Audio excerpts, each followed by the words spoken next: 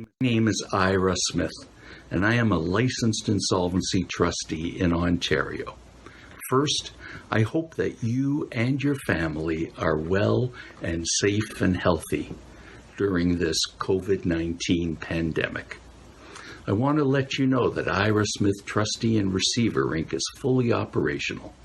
Both Brandon and myself are available to answer any questions that you might have, either by telephone or video conference.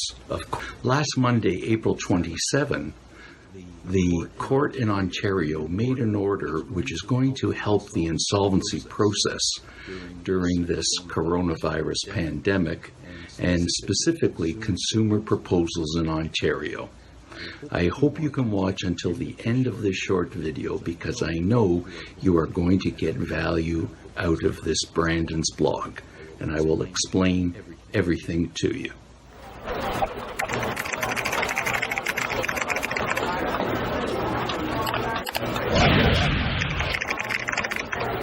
The issue was that on March 17th, 2020, an emergency was proclaimed in Ontario, and amongst all the things that shut down, it included the courts.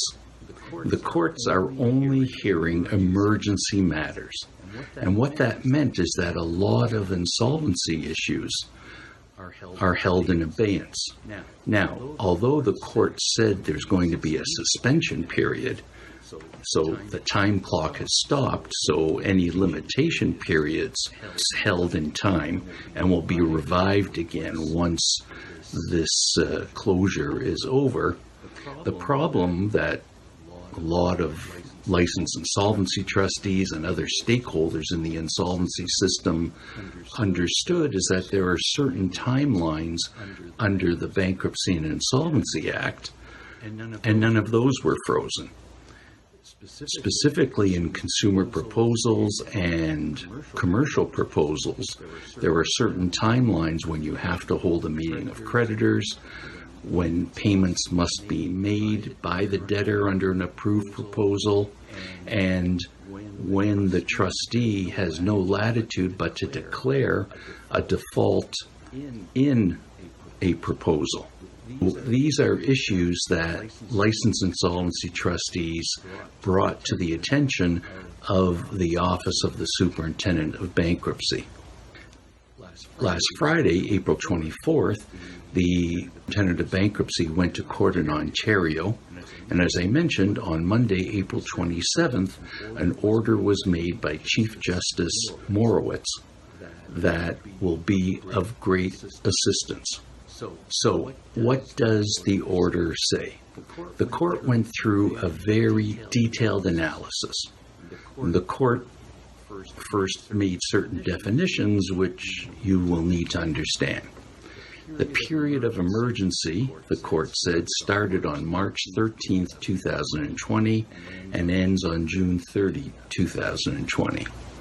The suspension period begins on the date that the court made the order, April 27, and ends on June 30, 2020.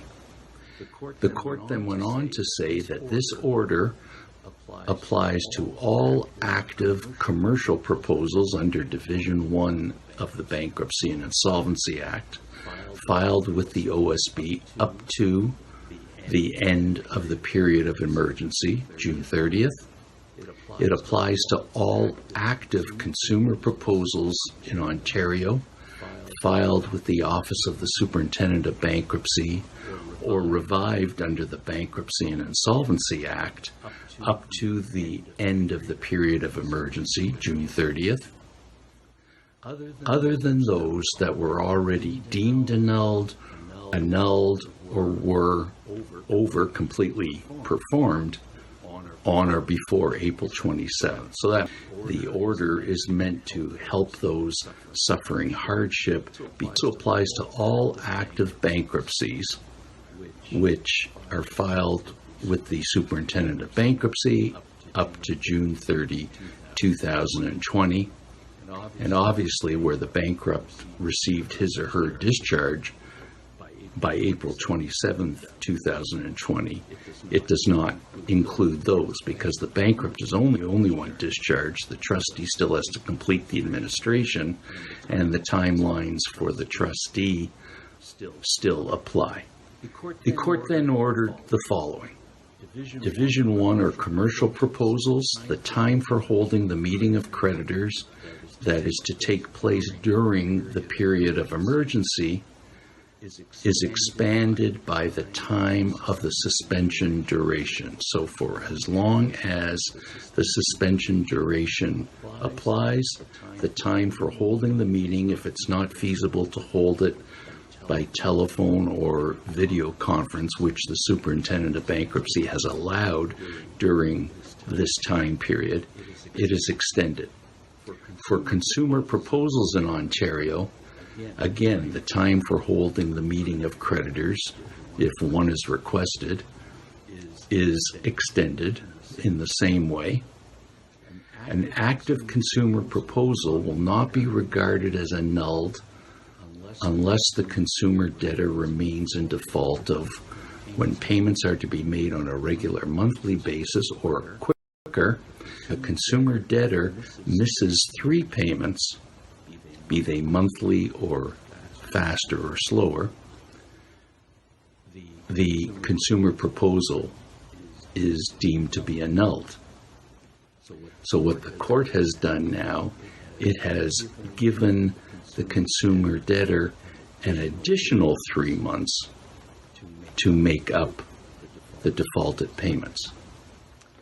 For payments that are to be made less often than a regular monthly basis, the day that is 3 months after the day on which the consumer debtor defaulted in any time of payment due between March 13, 2020 to December 31, 2020 will be now extended to consumer debtors are given additional time because people who have lost their jobs or are not earning income because they've had to self-quarantine, they don't have the income to keep up their consumer proposal payments.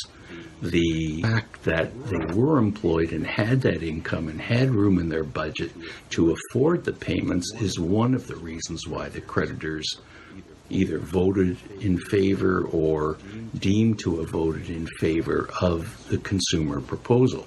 So now with the loss of income and people worrying about every other aspect of their lives and not having the money to keep up their consumer proposal payments, they needed relief and they've now gotten it by this court order. And in active bankruptcy matters, the commitment to apply for a court hearing during the period of emergency is extended by the time of the suspension period, and the time for holding meetings of creditors and for setting up mediation appointments is likewise extended. So now, that's what the court has said. What about from the creditor's viewpoint? It is normal, and in fact unusual, if Canada Revenue Agency is not one of the creditors in a consumer proposal. More often than not, they are the major creditor. So what Canada Revenue Agency is saying is they too want to give debtors who suffered loss of employment, reduction in earnings, a break, give them some breathing room. They don't want people to be scared that CRA is going to call a default on their consumer proposal.